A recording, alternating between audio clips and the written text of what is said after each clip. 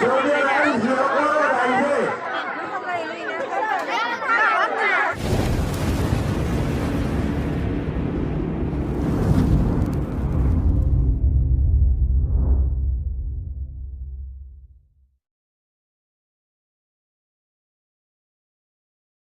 viewers, welcome to my YouTube channel Minakshis Field. ओमफ्राय दिनै शिवरात्रि फुजा बेनिनो आङो न' लिरनो नागिरदों। ओमफ्राय बिमाया आंखौ गोबोरखि लायनो थिनदों न' खाथियाव, बेखौ लायनो थांगासिनो।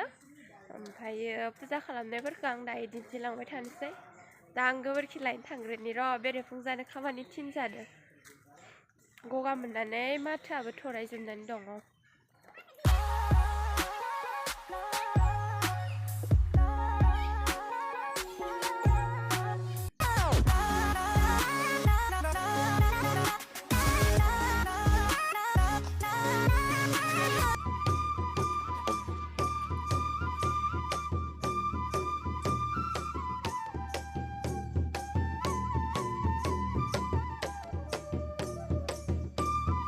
One hour later.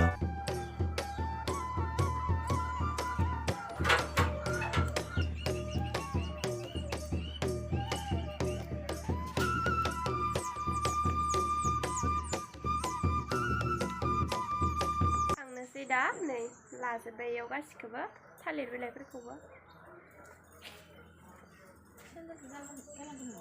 हा सेन्देलखौ लांलायनानै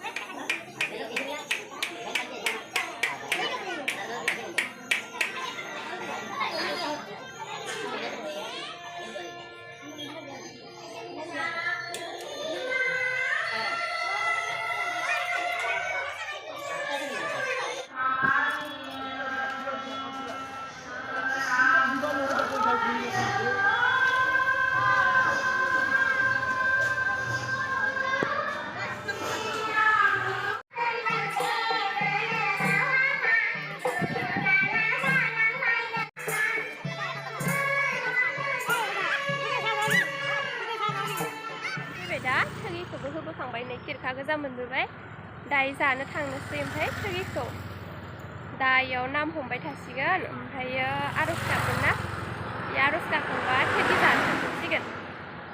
दा न'आव थांबाय दं। 5 hours later.